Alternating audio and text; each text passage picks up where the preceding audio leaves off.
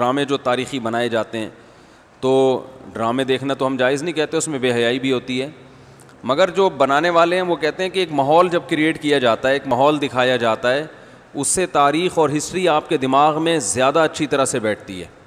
تو Tayyip Erdogan نے drama بنایا نا، ارطغرل بڑا مشہور ڈرامہ چل رہا ہے، بہت دنیا دیکھ رہی ہے، تو میں ڈراموں کو جائز نہیں کہتا، لیکن جو لوگ فلمیں دیکھ رہے ہیں پہلے سے بے حیائی کے کاموں میں پڑے ہوئے ہیں اور غلط چیزیں دیکھ رہے ہیں، تو ہم ان کو کم از کم یہ مشورہ دیتے ہیں کہ یار انڈین فلمیں دیکھنے سے بہتر ہے یہ جو آج کل وہ ڈرامے جو ہمارے فیملی سسٹم کو تباہ و برباد کر رہے ہیں، جب تم نے دیکھنا ہی ہے تو کم از کم ایک کم درجے پر آ جاؤ نا، اس کو دیکھ لو، تو اس سے تو پھر بھی بہتر ہے کہ کم از کم تمہیں ہسٹری تو پتہ چلے گی، کم از کم تمہیں یہ تو پتہ چلے گا مسلمانوں کی تاریخ کیا تھی۔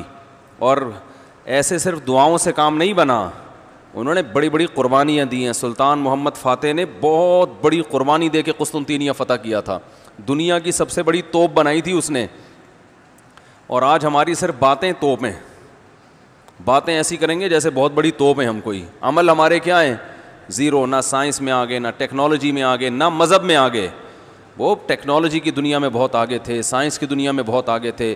سلطان محمد فاتح نے جب قسطنطینیہ کو فتح کرنے کا ارادہ کیا، استنبول کو، نبی کی پیش گوئی تھی کہ میری امت میں جو طبقہ استنبول جو فتح کرے گا نا وہ جنتی ہے، تو صحابہ کے دور سے کوششیں ہو رہی تھیں، اور استنبول میں 1000 سال سے خلافت قائم تھی عیسائیوں کی، اور اسے کوئی فتح کر نہیں سکتا تھا۔ ابو ایوب انصاری رضی اللہ تعالیٰ عنہ گئے، وہ نہیں فتح کر سکے، ان کی قبر وہیں بنی، بڑے حملے ہوتے رہے، اتنی چوڑی دیوار میں نے خود دیکھی ہے، اس کی میں نے ویڈیو بھی بنائی تھی، اور اتنی لمبی دیوار شہر کے گرد کہ اس کو ناممکن اسباب کی دنیا میں، ایئر اٹیک تو ہوتے نہیں تھے نا اس زمانے میں، جانا تو پیدل فوج نہیں تھا، جائے گی کہاں سے بھائی، چڑھے گی کیسے اس پہ، سیڑھیاں لگا کے جو چڑھتے تو اوپر انہوں نے گرم تیل گرم ہوتا تھا، اس کے دیگ رکھے ہوئے ہوتے تھے، تو وہ دیگ الٹتے تھے تیل ڈال کے، کوئی چڑھ نہیں سکتا تھا، بہت زبردست ڈیفنس تھا، کوئی میلی آنکھ اٹھا کے دیکھ نہیں سکتا تھا، اور جتنی لڑائیاں ہوئی سب ناکام ہوئی تھیں۔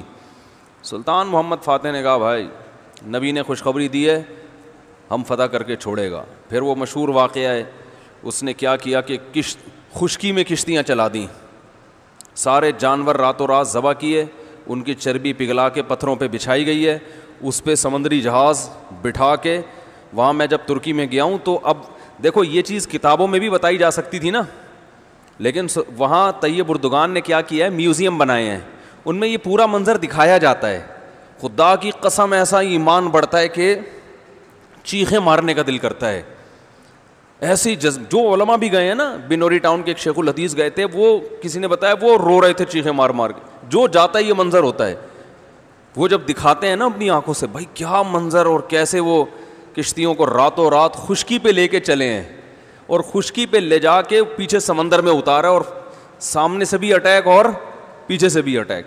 انگریزوں نے لکھا ہے، گوروں نے ہسٹری میں، کہ یہ اسباب کی دنیا میں ممکن نہیں ہے، بہت بڑا کارنامہ انہوں نے سر انجام دیا، اور راتوں رات۔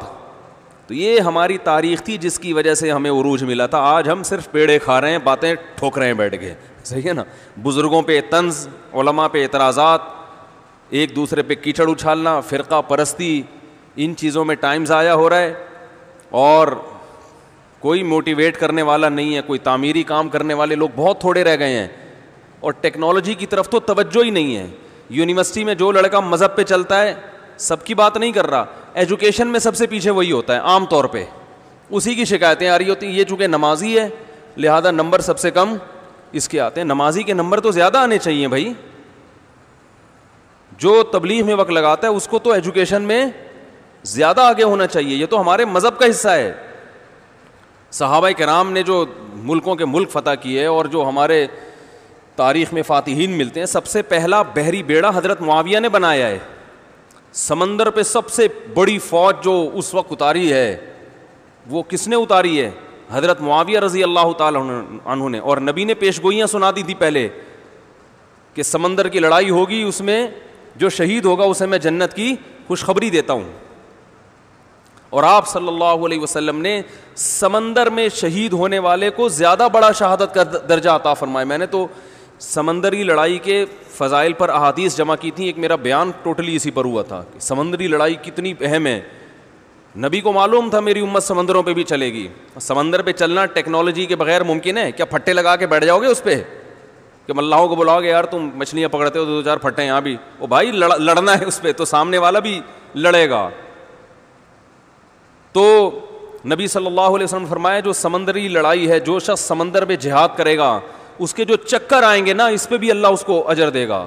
بڑی خوشخبری ہیں اس کے گناہوں کی معافی کی, کیونکہ آپ کو پتا تھا کہ امت جب تک سمندر پہ کو فتح نہیں کرے گی اور سمندر پہ سفر نہیں کرے گی یہ اس دنیا پہ حکومت نہیں کر سکتی.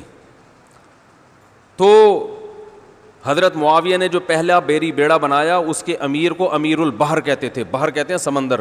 یہ امیر البحر کی ٹرم یہ انگلش میں منتقل ہوئی ہے جس کو ایڈمرل کہا جاتا ہے. بہت ساری فوجی اصطلاحات اور سائنسی اصطلاحات عربی سے انگلش میں ٹرانسفر ہوئی ہیں, عربی سے انگلش میں گئی ہیں. آج میڈیکل سائنس میں بہت سے الفاظ ایسے ہیں جو عربی سے انگلش, مسلمان سائنسدانوں کے تھے وہ, لیکن اب دیکھو حال کیا بنا دیا. ایک نمبر کے سست نمازیوں کی حالت تو دیکھ لو جا کے. سب سے سست ترین جو ہوگا وہ دیندار بنا ہوا ہوگا. سب کی بات نہیں کر رہا, ڈاکٹروں میں ہم نے بڑے اچھے اچھے دیندار دیکھے ہیں, سائنسدانوں میں, ایٹمی سائنسدانوں میں تو دیندار زیادہ ہیں الحمدللہ, لیکن میجورٹی کی بات کر رہا ہوں کہ پتہ نہیں ہمارے ذہن میں یہ کچھ ایسا کسی نے, شیطان نے بات ڈال دی ہے کہ ہم نے صرف جو ہے ایک طرف کو فوکس کیا ہوا ہے, دوسری طرف کو ہم نے بالکل نظر انداز کر دیا ہے. تو بھائی جس طرح سے دین کی تعلیم انتہائی ضروری ہے, اس کی کوئی اس کی اہمیت کی کمی کا انکار نہیں کر سکتا. انگریز جو تباہ ہو گئے نا, فیملی سسٹم تباہ ہو گیا, زنا معاشرے میں پھیل گیا, والدین اولڈ ہوم میں, وہ وجہ کیا؟ مذہب نہیں ہے نا, مذہبی تعلیم نہیں ہے. لیکن ہم جو معاشی لحاظ سے تباہ ہو گئے اور ترقی میں پیچھے رہ گئے, وجہ کیا ہے؟ مادے پہ محنت نہیں کی ہے. تو دونوں محنتیں ضروری ہیں. داؤد علیہ السلام کو روحانی ترقی بھی ملی اور اللہ نے آپ کے ہاتھ میں لوہا بھی پگھلایا. کیوں پگھلایا؟ تاکہ لڑیں, کیونکہ صرف نمازوں سے لڑائی ممکن نہیں ہے. ذکر کرتے تھے نا داؤد علیہ السلام, چاروں طرف سے پرندے جمع ہو جاتے تھے, ایسی خوبصورت آواز میں تلاوت کرتے تھے, ذکر کرتے تھے. وَالطَّيْرَ مَحْشُورَةً كُلٌّ لَهُ أَوَّابٌ, قرآن کہہ رہے پرندے, اور یا جبال اوبی ماہو والطیر. جب اللہ کا ذکر کر رہے ہیں پہاڑوں سے بھی لا الہ الا اللہ کی آوازیں آتی. یہ ذکر تھا, لڑنے کے لیے یہ نہیں ہے کہ اے داؤد ہم نے آپ کو ذکر بھی دیا اور آپ جو ہے روزے بھی رکھتے ہیں اور تہجد بھی پڑھتے ہیں, لہذا اب آپ کو تو اسلحہ بنانے کی ضرورت نہیں ہے, ویسے ہی فتح ہو جائے گی ایمان کی طاقت سے. نا نا نا نا نا, زرہیں بناؤ, قدر فی السرد, صحیح ہے نا, کڑیاں بناؤ, فوج تیار کرو. لڑائی کے لیے اصول بولتے کیوں نہیں بھائی, کچھ اور ہیں. تو دونوں چیزیں نہیں ہیں. داؤد علیہ السلام, سلیمان علیہ السلام کے گھوڑے بھی تو تھے, انہیں کیا ضرورت تھی گھوڑوں کی بھائی؟ کہتے میں اللہ کا اتنا عبادت گزار ہوں, میں اسباب اور وسائل کیوں, میں مصلی بچھاؤں گا, دعا مانگوں گا, ملک فتح ہو جائے گا. او بھائی گھوڑے رکھے ہوئے ہیں, صحیح ہے نا. ان کو پیار کرتے تھے گھوڑوں کو, کیونکہ اس زمانے میں گھوڑا اور ٹینک برابر تھے, بلکہ ہوائی جہاز تھا گھوڑا اس زمانے میں. تو جنگیں گھوڑوں کے بغیر نہیں ہوتی تھی, گھوڑے تیار کیے ہوئے ہیں. تو لڑے ہیں وہ لوگ اور اسباب اور وسائل اختیار کیے ہیں. آج ہم پیڑے کھانے والی باتیں کرتے ہیں اور پیڑے کھا رہے ہیں بیٹھ کے, اور سمجھتے ہیں کہ بس یہ قرآن خوانیوں سے اور آیت کریمہ سے مسائل کیا ہو جائیں گے حل. تو یہ بھی ضروری ہے بھائی, وہ بھی ضروری ہے. تو میں بتا رہا تھا کہ وہ جو ڈرامے کی بات کر رہا تھا, تو ماحول بنانا پڑتا ہے نا. تو طیب اردگان نے کیا کیا کہ کیونکہ جو لبرل لوگ ہیں وہ ایسے ڈرامے, ایسی فلمیں بنا کے نا نوجوان نسل کا دماغ خراب کر دیا انہوں نے. اتنا دیکھو, اب محمد بن قاسم کو بھی لوگوں نے ڈاکو کہنا شروع کر دیا ہے, معاذ اللہ. وہ شخص جو سندھ میں اسلام لانے کا ذریعہ بنا, اگر وہ ڈاکو تھا تو اس سندھ میں اسلام کون لے کر آیا؟ انگریز کہے گا تمہارے تو اسلام, جو بر صغیر میں اسلام آیا سندھ کے راستے سے, سندھ کو تبھی باب الاسلام کہا جاتا ہے نا. بر صغیر میں اسلام کہاں سے آیا ہے؟ سندھ کے راستے سے. پھر پورے انڈیا میں بھی پھیل گیا اور بنگلہ دیش, برما, کہاں تک پھیلا ہے. تو انٹری جو ہوئی ہے محمد بن قاسم کے ذریعے ہوئی ہے. پروپیگنڈا دیکھو, وہ بھی چور, وہ بھی معاذ اللہ وہ بھی ڈاکو, محمود غزنوی بھی ڈاکو. وجہ کیا ہے؟ جس کے ہاتھ میں میڈیا ہوگا نا چلے گی اور سنی اسی کی جائے گی, آپ جو کچھ بنا کے پیش کر دیں. تو طیب اردگان نے کہا بھائی ان کو انہی کی زبان میں جواب دینا ہے, ناول لوگ نہیں پڑھتے, رسالے نہیں پڑھتے لوگ. تو نوجوان طبقہ فلمیں ڈرامے دیکھتا ہے, تو اس نے کہا ڈرامہ بناؤں گا, اور ایسا بنا کے دکھایا کہ آج رپورٹیں یہ آ رہی ہیں بہت سے غیر مسلم مسلمان ہو چکے ہیں. تو میں عام لوگوں کو وہ ڈرامہ دیکھنے کا مشورہ نہیں دیتا, اس میں عورتیں بھی ہیں اور کچھ کہا جاتا ہے, میں نے نہیں دیکھا وہ ڈرامہ, بے حیائی کے مناظر بھی ہیں, لیکن میں ان لوگوں کو جو غلط چیزیں دیکھ رہے ہیں ان سے کہتا ہوں یار کچھ دیکھنا ہی ہے تو پھر ادھر دیکھ لو, جو نہیں دیکھ رہے وہ کچھ بھی نہ دیکھیں, وہ پھر اس کے بعد پھر آگے بھی جائیں گے, وہ یہ دیکھ کے پھر وہ ان کو شوق پیدا ہوگا ذرا فلمیں بھی دیکھیں. اور جو نہیں دیکھ رہے وہ تو بچے رہے ہیں, جو دیکھ رہے ہیں تو بری چیزیں دیکھ رہے ہیں تو بھائی یہ دیکھ لو پھر, تو اس سے کم از کم ایک کریٹو سوچ پیدا ہوگی تمہاری, اور کم از کم ایک تعمیری سوچ پیدا ہوگی, مسلمانوں کی ہسٹری کا تمہیں پتہ چلے گا. تو اردگان کی سوچ چونکہ یہ تھی اس لیے اس نے وہ کر دیا, اور اس سے بہت لوگ پریشان ہیں اس ڈرامے سے. یعنی اس سے جو اسلام دشمن قوتیں پوری دنیا میں پابندی لگانے کی کوشش میں لگی ہوئی ہیں. ابن تیمیہ رحمہ اللہ کا قول ہے نا, تمہیں باطل کی پہچان نہ ہو نا کہ حق کیا ہے اور باطل کیا ہے, تو دیکھ لو باطل کے تیروں کا رخ کس طرف ہے. سارے باطل جس کے پیچھے پڑے ہوئے ہو نا, سمجھ لو یہ کیا ہے, حق ہے, تو ان کو پتہ ہے اس کا اثر کیا پڑ رہا ہے.